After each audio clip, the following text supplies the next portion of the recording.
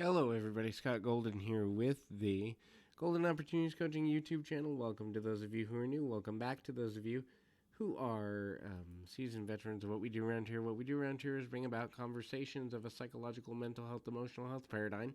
Try to do that multiple times per week, sometimes daily. We've got nearly 1,000. We're going to cross into 1,000 this week. Options available for your listening pleasure, and we continue to add content as often as we can. If you're looking for ways to confront toxic relationships, professional or personal, this is the audio for you. Also, if you're looking to do that in a more one-on-one way and kind of work through the emotions and the intellect and everything that goes along with that, would love to be of service to you. A couple ways to do that. You can reach out to me on Twitter at PO Perception or in the About Me section of this YouTube page. Either way, we'll get you in contact with me and a member of my team, and then we can go from there.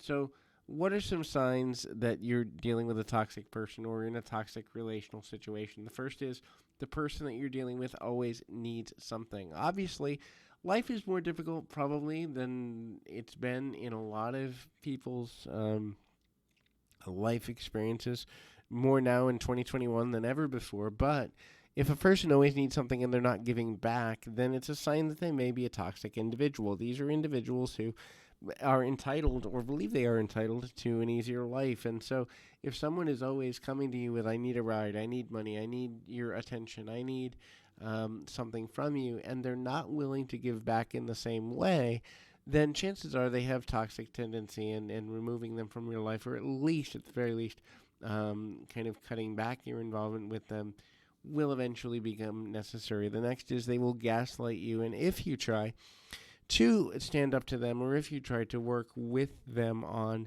how they're being unfair, how they're being unkind, how they're being unrealistic or unhealthy, you can certainly begin to see that there are challenges related to that.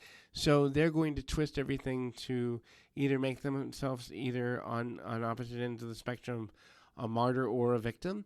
And so martyrdom is often some challenges as it relates to going forward, and nothing ever goes right for them, and they always have to be the one to make sacrifices, and they always have to be the one to do this or that, and that can be super challenging. The next thing is they may employ either a silent treatment or almost a linguistic cutback or linguistic cut down in a negative way, and so that can lead to a whole bunch of challenges as it relates to, if a person is acing you out because you haven't done what they wanted you to do, or behaved how they wanted you to behave, or whatever the case may be, that leads to a very dissatisfying relationship. This is because they are going to give you the silent treatment or ice you out of communication anytime that they feel they're not getting what they want from the relationship, and obviously from there the relationship becomes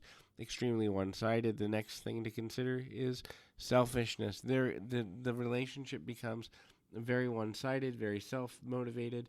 That is, it becomes a situation where they're only interested in how they themselves can benefit, in how they themselves can gain from the interaction.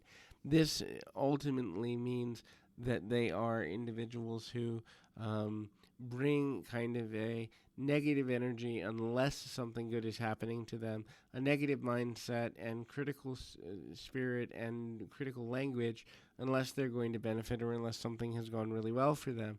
And so that selfish mentality of always bringing attention and focus back to themselves is another factor that can, in fact, and often does, lead to unbalanced relationships, especially in the beginning when you haven't caught on to the fact that that's the way they behave. They begin to, kind of have difficulties in knowing where those boundaries are. And then if you allow a person to push your boundary continually, it can lead to any number of stress points. The next is they will insult or be critical on anything that isn't going their way. And so what happens is you start to become either annoyed, frustrated, or overwhelmed by their poor emotions, poor behavior, poor outlook, and also they begin to kind of burn you out. But you can't really say anything because then they'll turn on you and turn you into another person that they insult. So you put up with negative behavior simply because at the end of the day, you don't want the consequences thereof. So hopefully this is helpful. I encourage you to keep your feet on the ground, your mind in the moment. Until next time, everybody.